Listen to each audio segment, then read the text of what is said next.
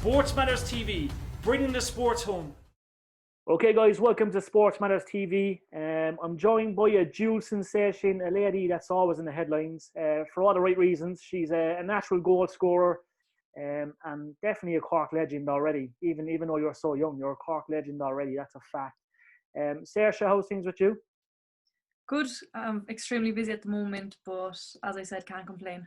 Definitely. Now, I have to ask you that all-important question. How do you do it? Obviously, college, training, playing matches. How is it possible to do that?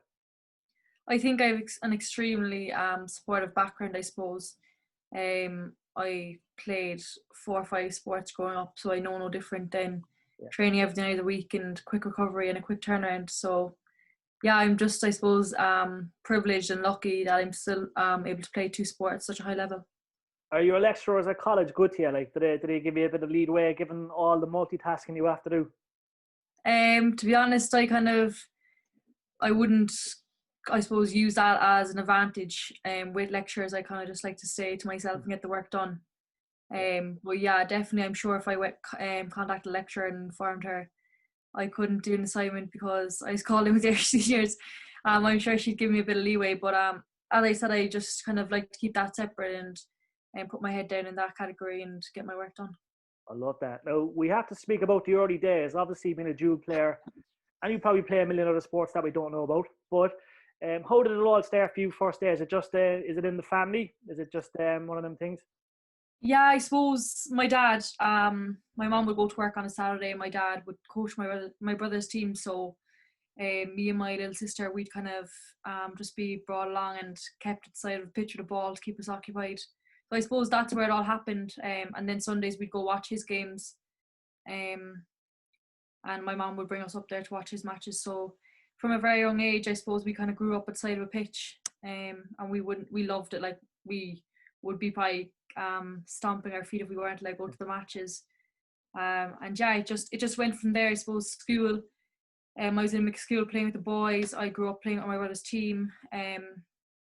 The park, it was always soccer 24/7 out on the road. So yeah, I was definitely jam-packed as a youngster growing up. Definitely. Did you enjoy showing the boys how it was done? Because I know Denise O'Sullivan, obviously she's doing well. She's alone in Brighton, but I know Denise used to show them up the lads and blow them out of their way. Obviously, you done the same, did you? Yeah, I think definitely playing with older boys, especially in the park. We used to get extremely competitive. A boy that I actually grew up and I'd be really close to is Adoze Ogbene, who's professional in England. So definitely, I suppose, getting a few nutmegs and beating him in games and seeing him upset was definitely a boost. And then having my own brother as well, there's always competition. So that's definitely an advantage that I had growing up. Definitely. Ogbenny's doing well. I'd say he's on the brink of something big. I know he's at Rotherham at the moment, but wishing him a speedy recovery. I know he's injured. How do you find the multitasking being, a dual player? Obviously, there's so many demands with Cork City, and then obviously, the female Cork GAA. Is it kind of hard to multitask? You know what I mean? Did you think at once upon a time that you might have to just choose one? Because sometimes you worry about fixtures clashing, all this kind of stuff. But it seems to be working out at the moment, thank God. Yeah, for sure. I suppose the one thing you don't want as a dual player is clashes of games. You have it within the Camogie there in the GAA weekly nearly that they're trying to fight for games to be changed. And I suppose I'm just a one person there. There's 5 girls on the Camogie team, but I'm just a one. So there's not really no one's going to change soccer games for a GAA game. But yeah, there's definitely someone looking over me and helping me with that way. It seems that every fixture that's been changed has been in my advantage. And I'm just lucky there's been very minimal clashes, even with training weekly. It's Cork City on a Tuesday and Thursday and Gaelic on a Wednesday and Friday. So it just falls in handy. So yeah. You're blessed. And speaking of Cork City, obviously there's a big cup final coming up.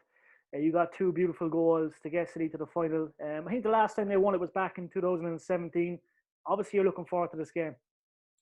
Yeah, I think the lead up to the semi-final against Tree, we definitely looked back at 2017. I think there's a handful of us there that are involved, and I talked to the younger girls, I suppose, about how big of a deal it was getting there.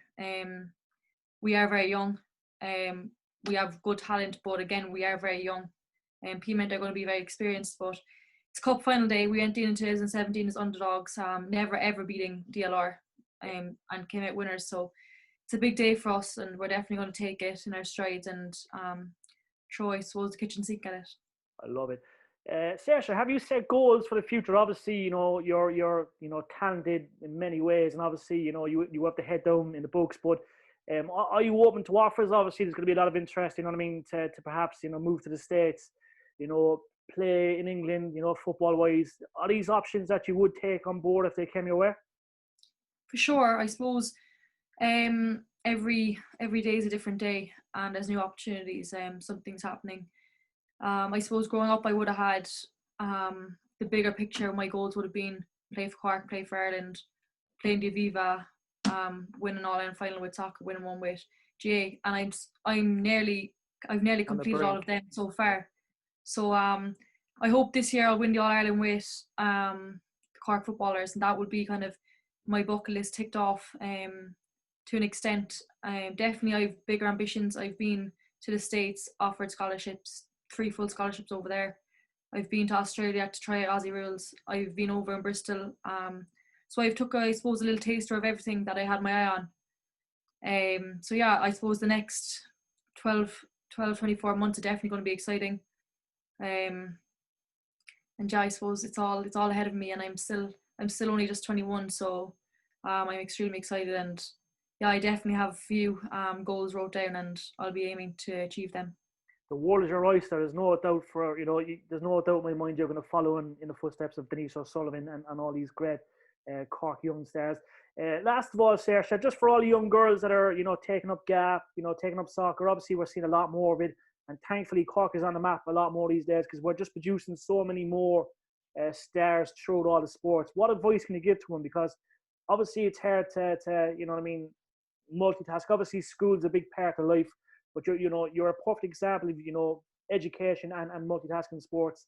What advice can you give to all our young stars up and coming? Yeah, I think just enjoy it. Definitely for me, I just kept playing what I love to play. Even when people told me, "Oh, you have to quit GAA to play soccer," I just said no. Like basically straight out no. If you want me to play one sport, then I'm not playing for you. That was kind of the be all end all. And I suppose trying to be successful, I suppose when I first started getting into the Irish team, I was the only one from Cork. Now it seems that there's a lot more players going off from Cork, a lot more getting there. And I used to actually, surprisingly, I used to hate going up there because I used to be crying, I used to want to go, I used to be homesick, I hadn't anyone up there from Cork with me. All the Dublin girls were confident, they knew each other from academies. So I suppose just keep going at it. There's a light at the end of the tunnel, and your hard work will pay off. But nothing can beat the enjoyment out of it. Like winning, there's no better feeling than winning. And even the days you lose, you learn. So I would definitely say stick at it and just enjoy what you do, and don't leave anyone tell you what you can and can't do, because as you just said, the world's everyone's oyster, and you can achieve anything you put your mind to. I love it. It's fair to say, obviously, one of your greatest achievements today is obviously wearing the Irish shirt. That must be a huge honour, like. Yeah, I think I put on the Irish shirt first day against England, over in England, and that morning I actually got called in by Lorraine Coonahan telling me I was going to wear the captain's armband. So that morning I had to ring my dad straight away. He wasn't going to come. He jumped on the first flight straight over and made the match, thankfully. And I think there's no better feeling than putting on that jersey. It's the highest you can get in anything, is representing your country. So yeah, I'm definitely honoured to do that, and hopefully I will get to put on that Irish senior jersey, and that will definitely be a huge step in my soccer career. It's only moments away, trust me on that. Saoirse, it's an absolute honour. We're going to be rooting obviously for Cork GAA and the Cork City Ladies. Hopefully it's a double field this year. I don't see why not. It's a mad year, but it could be the best year yet. Who knows? It's a pleasure, and thank you for taking the time to speak to us. It means a lot. Perfect. Thank you very much, Jerry.